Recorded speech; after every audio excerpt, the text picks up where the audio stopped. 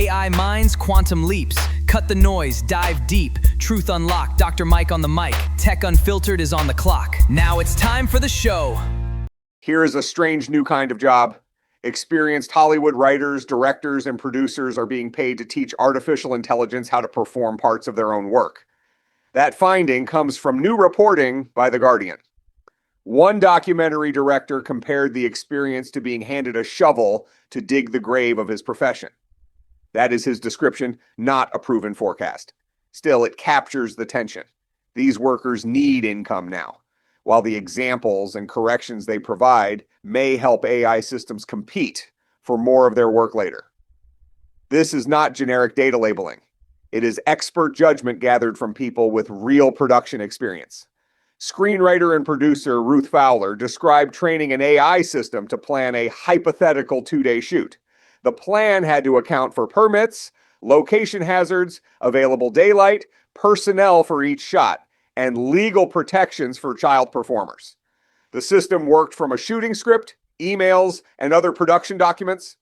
She also trained AI to assemble a pitch deck for film and television ideas, which is normally part of production development.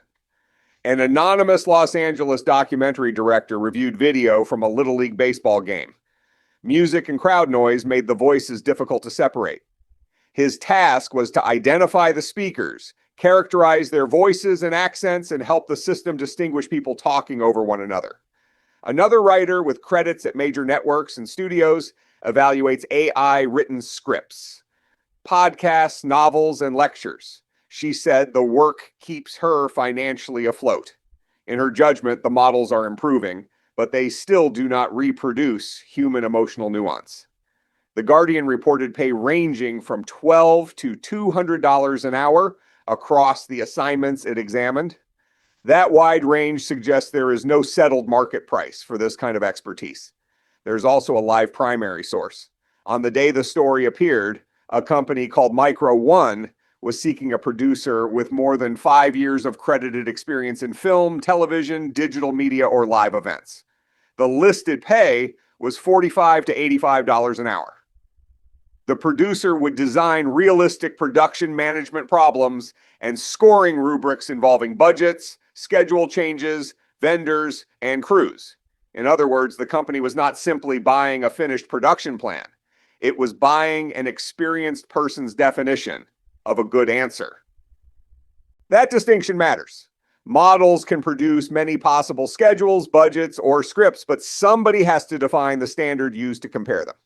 An experienced producer knows which details are merely awkward and which ones can shut down a shoot.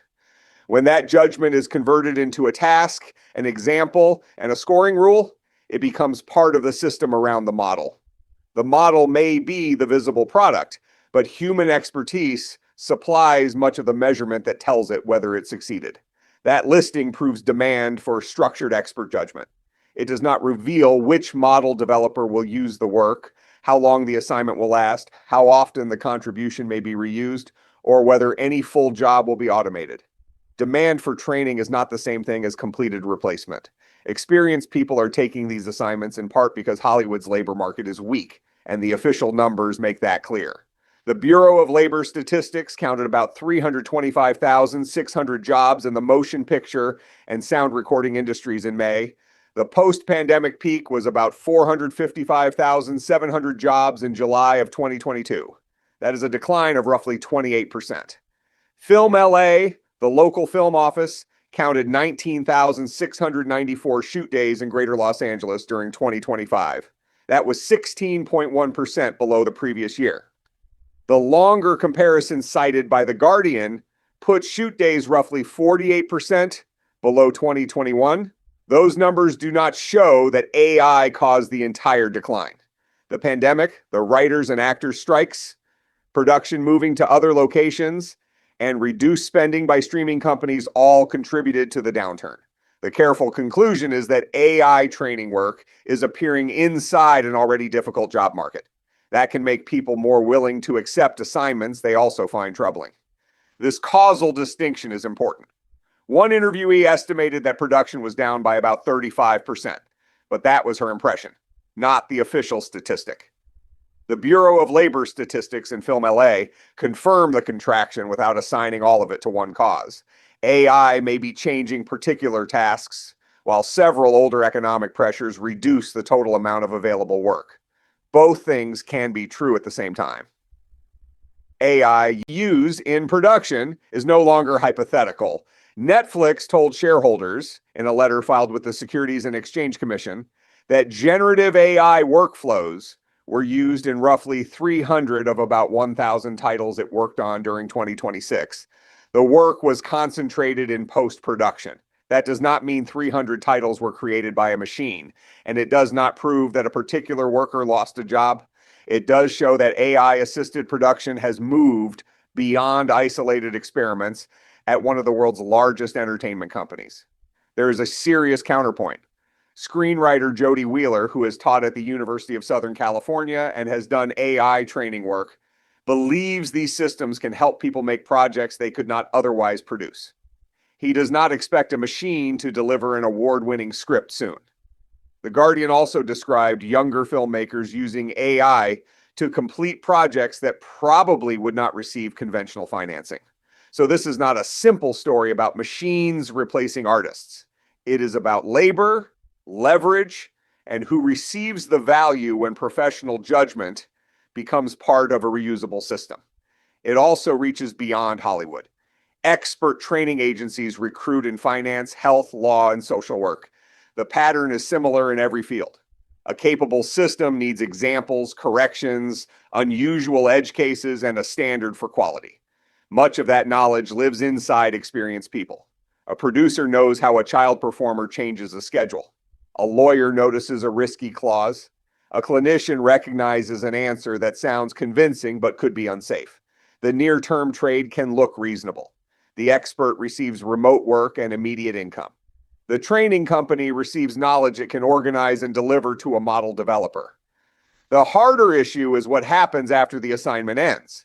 An hourly payment may compensate the worker for time spent today, while the resulting evaluation set can potentially be reused across many model versions and customer workflows.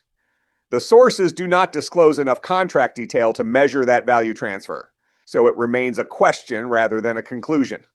For a worker, an AI training assignment can provide flexible income and useful technical experience. It also deserves careful contract review.